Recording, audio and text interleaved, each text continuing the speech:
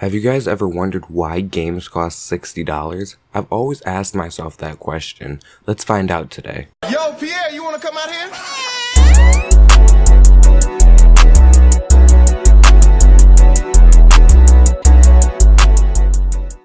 What is going on, guys? My name is Paris, aka Gold Sniper 9, and today I'm back with a brand new video for all of you lovely people out there. And I know it has been a while since we have watched one of these videos, and I recently did find this one. It really did appeal to me, and I figured I'd just watch it with you guys. And with that said, there will always be a link down to the infographic show. There will be a link to their channel, so if you guys do want to go subscribe to them, which I highly recommend you guys do, go down in the description below and there will be a link to their channel, and you guys can subscribe to them. Make sure you guys do show them some love because of all the work they do on their channel, and for them to actually allow me to make videos on their videos, I want to say a big thank you to them. But with that said, guys, let's get into it.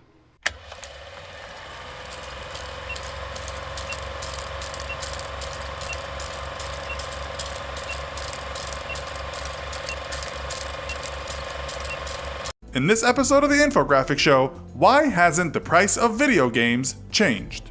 The first example of a game machine was unveiled by Dr. Edward Euler Condon at the New York's World's Fair in 1940. The mathematical game was played by roughly 50,000 people, with the computer reportedly winning more than 90% of the games.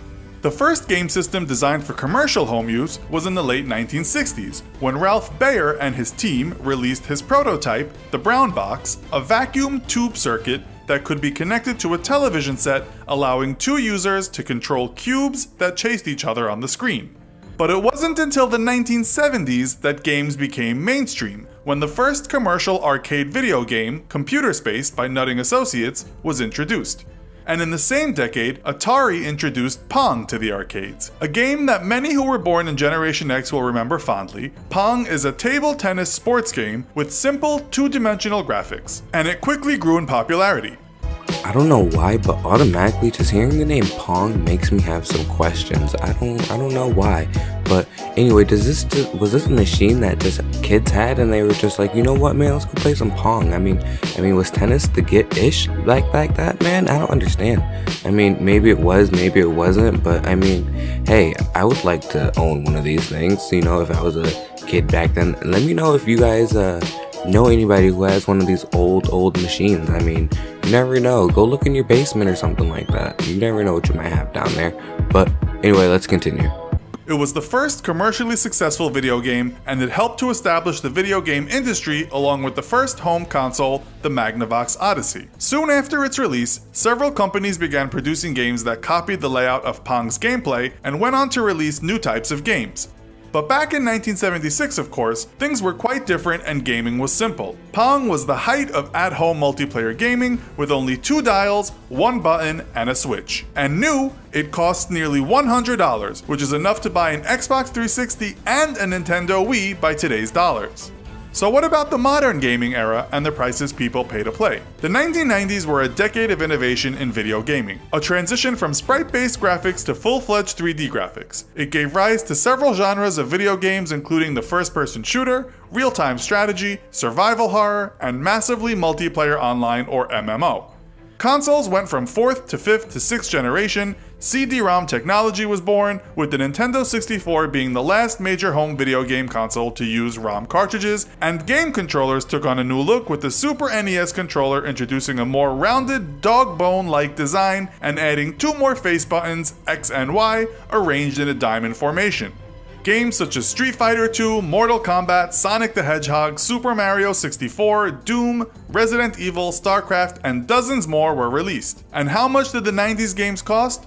Well, Super Mario 3 cost $94.40, Mortal Kombat for Super Nintendo was priced at $119.55, Street Fighter 2 was a cool $123.13. Okay, hold on one second, guys. Let's look at these prices here. I'll have a screenshot up on screen for you guys, but how in the hell is Super Mario gonna cost $95 rounding up? I mean, I know it's $94.40, but let's round that up to like $95 just for the sake of this video. Who in the hell is going to pay $95 for Mario Kart, Super Mario 3? I guess Super Mario was just that much of a good game. And for Mortal Kombat to be $119, who in the fuck is going to pay $119 for a video game in the 90s? Like, I don't understand that.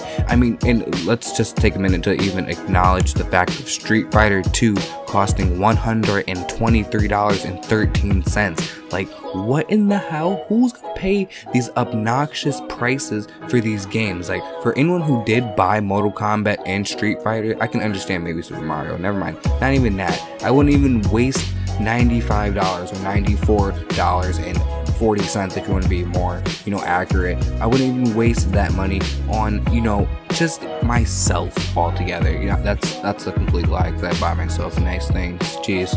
Okay, but that's besides the point. Let's let the video continue. 15 cents, a big chunk of cash for a 90s gamer. Those prices should have continued to rise, but that's not what happened. The price eventually dropped to $60. We couldn't work out exactly when this was, but the online opinion of gamers says that it was sometime in the 90s, and $60 is where it has stayed. And with rising development costs and inflation, how and why has the price not shifted? Kate Cox from The Consumerist, a non-profit consumer affairs website, detailed some of the practices that have become standard with video game sales in recent years. She explained that the reason most retailers in the US charge $59.99 for a new video game on release week is because it's a price point that comes from the publisher, and all the retailers that sell the new product agree to abide by it.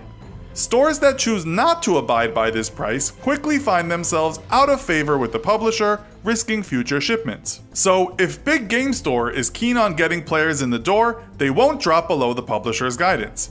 And gaming media website GameRant concluded that all the AAA publishers set their game price at $60 as it's a guaranteed method of leveling the playing field.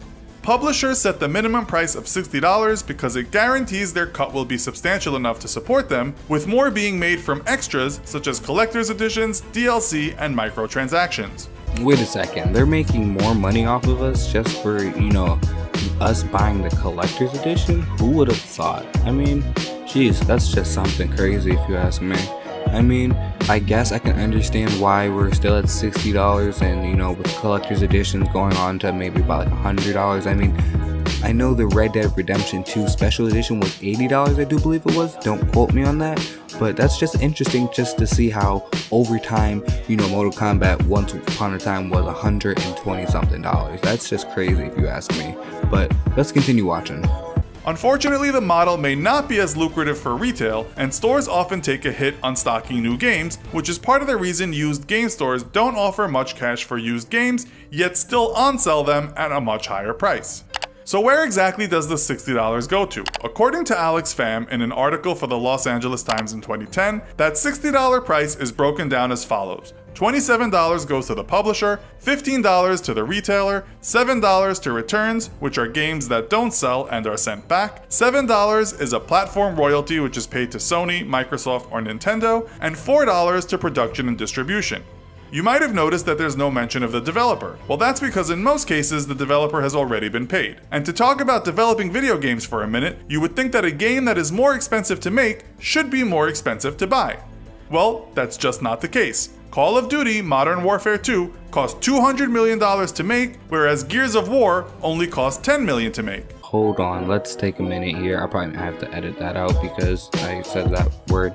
But anyway, let's take a look at this for a second. For Call of Duty Modern Warfare 2 to cost $200 million and for Gears of War only to cost 10, like, let's be honest here, Gears of War is doing a lot better than the Call of Duty franchise right about now. I definitely would pick up Gears of War over Black Ops 4, and that's a lie, but anyway, with Black Ops 4 being out, I'm not 100% sure how I like that, but I definitely would pick up Modern Warfare 2 versus Gears of War, and I can probably see why, Modern Warfare 2 costs so much. They did actually do a lot with it, and it was an amazing game. I could only imagine what the profits were. If anyone knows the profits of Modern Warfare 2, how much they made off of that game, let me know down in the comment section below.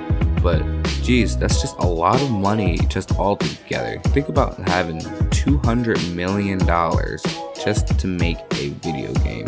Imagine having $200 just to spend on yourself. What would you guys spend $200 million on? Let me know down in the comment section below. Surprise, surprise, they'll sell for $60 and generate $27 of profit per sale. Will video games stay $60 and below forever? No one knows for sure, and we found there is a lot of debate from gamers on Reddit and Quora as to when things might change. Maybe you have your own opinion on why the $60 price tag has lasted so long. Let us know your thoughts in the comments. But with that said, that has been a lovely episode of, why games cost $60. If you guys do want to see more videos like this in the future, or more videos that I do like this in the future, let me know down in the comment section below. I have done other videos like this. If you guys do click that little eye icon, they will actually pop up right about now. So if you guys do want to see other videos I have done like this, they will be right up there. So with that said, it's been your boy Paris, aka Gold Sniper 9. I want to say thank you to each and every one of these lovely people I am actually taking a minute to show up on screen. I want to say thank you to each and every one of you guys, because you guys have been commenting on these videos, and a lot of you guys have actually been dropping likes on it. And I want to say thank you to each and every one of you out there, because it does mean a whole lot just to see our channel growing and us growing as a community. And it seems like just yesterday I had 1,000 subscribers, and now I have over 1,000. I have like 2,170. Like, that means a lot to me, guys. I just want to say thank you to each and every one of you lovely people out there, because it does mean a whole lot to me that you guys are dropping a like on the video. And some of you guys don't even watch until the end, but that's okay. For everyone who does actually do watch to the end, I want to say thank you to you, because you are the MVP. But enough of me. I'll see you guys in the next video. I'm out, guys. Peace.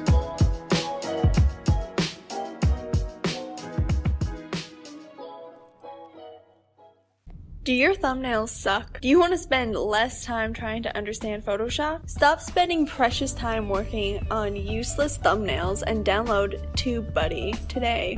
TubeBuddy is a free browser extension that integrates directly into YouTube for YouTubers, so they can run a more successful YouTube channel. With TubeBuddy, you can not only make your own thumbnail templates and apply them to videos all at once, but you can create embedded codes with full list options for adding videos or playlists to your website.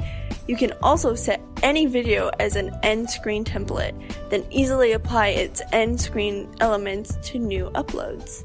So why spend days and nights struggling? Download TubeBuddy today at the link in the description below.